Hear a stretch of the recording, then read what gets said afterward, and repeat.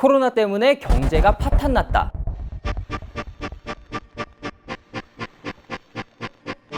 이렇게들 많이 얘기하곤 하죠. 자영업자들 힘들다, 소상공인들 힘들다 이런 말들이 많은데요. 정작 명품관 앞에는 문전성시라고 합니다. 어찌된 일일까요?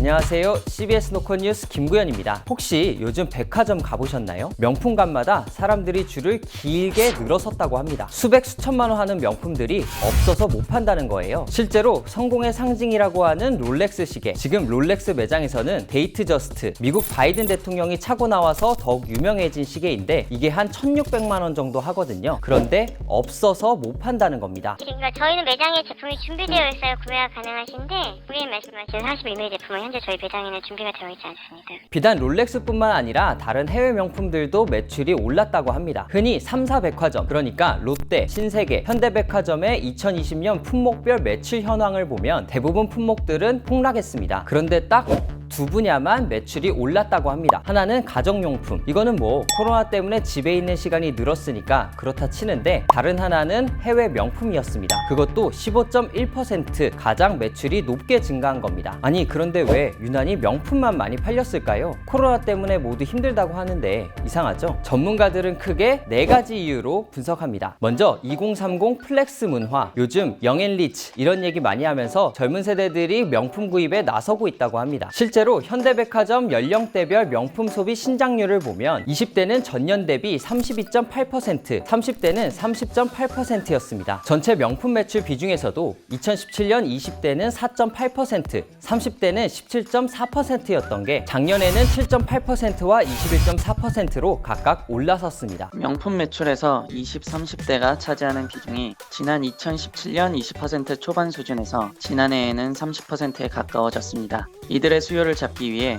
2030 전용 VIP 멤버십 운영을 시작했고 연내에 이들을 위한 전용 라운지도 열 계획입니다. 또 하나는 보복 소비입니다. 요즘 해외여행은커녕 국내 여행도 가기 쉽지 않잖아요. 매년 일정 부분 휴가나 휴식을 위해 지출되던 돈이 묶이고 또 모임마저 줄어들면서 굳어진 돈을 명품 소비에 사용한다는 겁니다. 다음은 불로소득의 전성시대. 지난해 코스피가 1,400까지 떨어졌다가 최근 한때 3,200을 돌파하기도 했었죠. 불과 1년도 안 된 시간 만에 코스피가 2배 이상 오른 겁니다. 그래서 작년에 주식 투자한 사람들 돈 잃었다는 얘기 거의 못 들어보셨을 겁니다. 그리고 부동산 가격도 많이 상승했죠. 이런 불로소득의 증가가 명품 소비에 영향을 미쳤다는 분석입니다. 마지막으로 명품도 투자, 이런 인식이 강해지고 있다는 겁니다. 일부 중고 명품들은 신제품보다 가격이 더 비싼 경우도 있거든요. 특히 제한된 수량만 판매되는 명품들은 더욱 그렇습니다. 아까 말씀드렸던 데이트 저스트, 이게 중고 시장에서 최고 3,300만 원에 거래되기도 한다고 합니다. 특히 이제